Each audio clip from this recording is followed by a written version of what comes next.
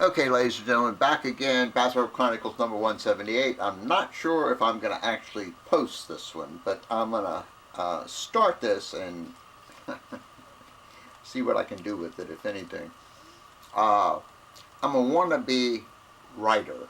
I did a segment many videos ago about organization, and it's called Write a Novel, basically write a novel in a month. And every November, which I've participated for the past 6 years, and won, as they say, except for this year. I just didn't have it in me, and there was a whole lot of stuff going on in my life, and I just didn't feel like doing it. I got up to about 20,000 words and quit. But anyway, the long and the short of it is what they do is they basically say you start November 1st, you have 30 days to have 50,000 words toward a novel.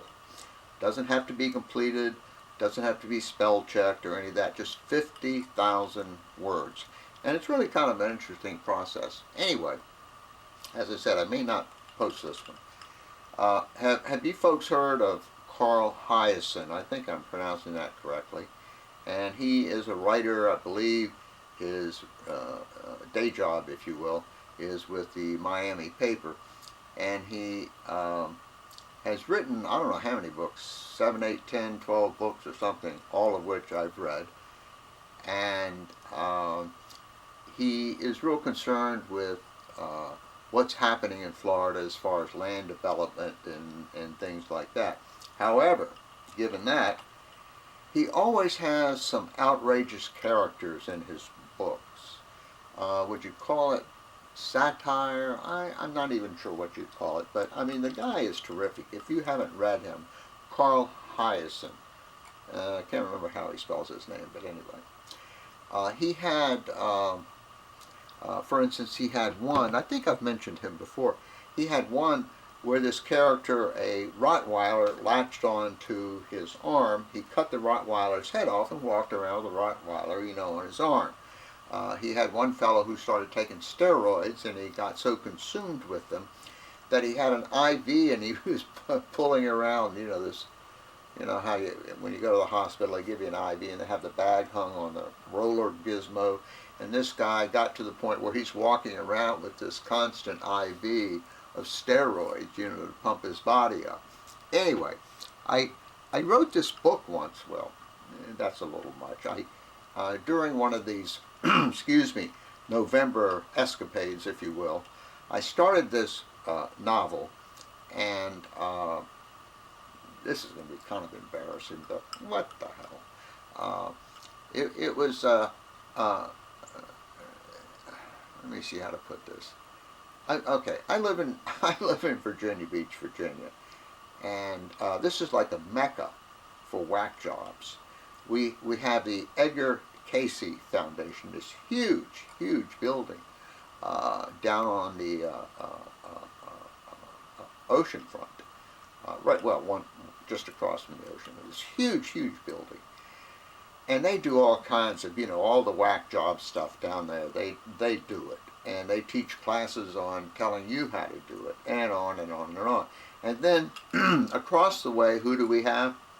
Pat Robertson. So when I say this is the mecca for whack jobs, it truly is. Anyway, I wrote this book. I really shouldn't call it a book. Anyway, I wrote this stuff. And it took place, in our city, and I changed the name of the city and all of that. I had Pat Robertson with a different name. I had Edgar Casey Foundation, or whatever it's called, with a different name. So, I had this fellow who had come from Kentucky down here and established this storefront church. I think that would be the appropriate term. Where you have like a little line of businesses, vacuum cleaner repair, pizzeria, and so forth, and you rent one of these places and you have this storefront church. And he was doing really well, and he called his cousin, who was still in Kentucky and at the time was doing this snake handling stuff and all that kind of stuff, to get some money, and this was his scam or gig or whatever term you want to use. And the fellow who was in, I think I called it Virginia City instead of Virginia Beach, who had the storefront church, who was making tons of money, said, man, you got to come down here. He says, you know, this place is just absolutely terrific. You can make a ton of money down here.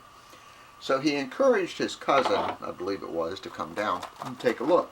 So the cousin gets here, and he wanders over to, when he got here, the fellow who was already here said to him, look, take a few days, look around town, see what's going on, and, you know, we'll go from there. We'll try and get you set up doing something, you know, some kind of scam, for lack of a better word. So this fellow goes over to the Edgar Casey joint. Now in the book it's called something else. I can't remember what I called it. But he goes over there. So later that evening he meets up with the cousin, and the cousin says, hey, how'd your day go? He says, God, you wouldn't believe it. He said, well, what do you mean I wouldn't believe it? What happened? He says, well, I went over to that place you told me about, the Edgar Casey place.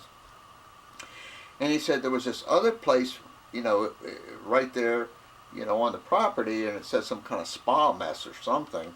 And he said, I didn't, you know, I just went over there and was looking around, and this lady said, hey, you want to get a massage? He said, I never had a massage. So I figured, hey, what the heck, I'll get a massage. She says, you know, we have a special. He said, well, what's a special?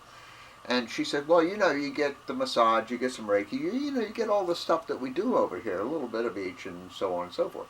He said, well, how did that go? He says, they stuck a tube up my butt.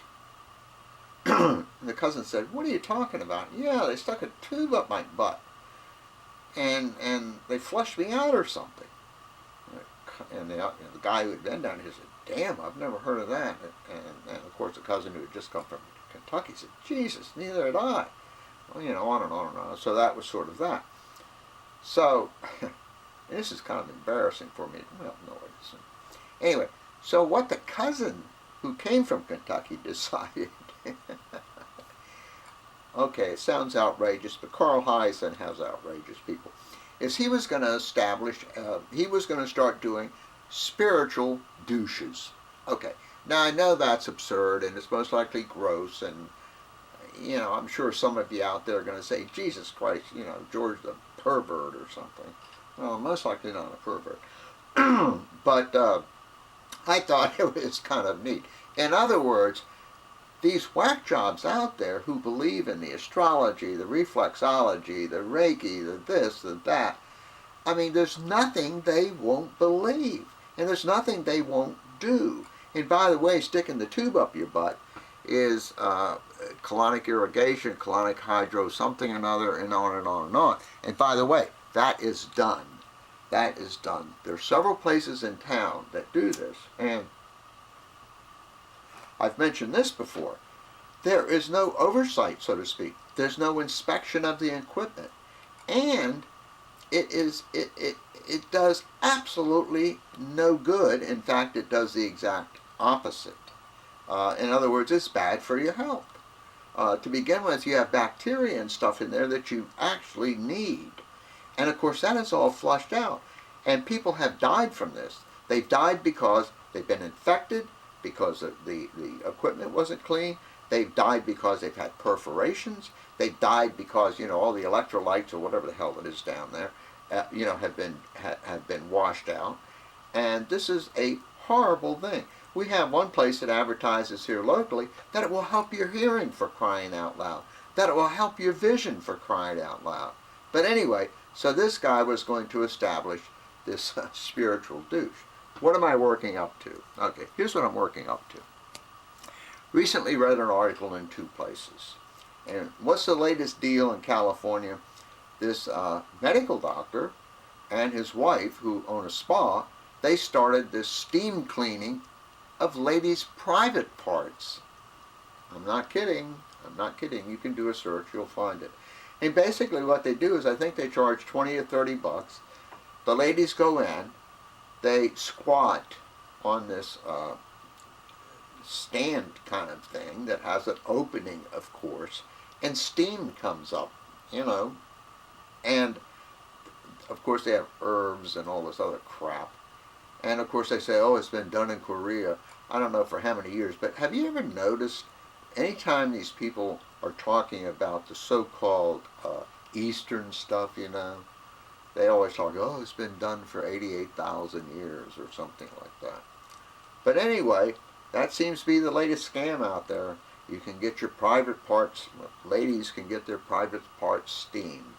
And no, I did not make this up. And if you do a search, I'm sure it will pop up somewhere. So folks, come on.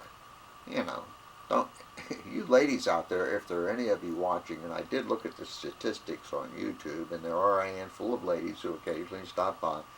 Come on, don't fall for all this stuff, please. Anyway, as Pat Condell would say, peace, ladies and gentlemen, peace. And don't get your private steamed.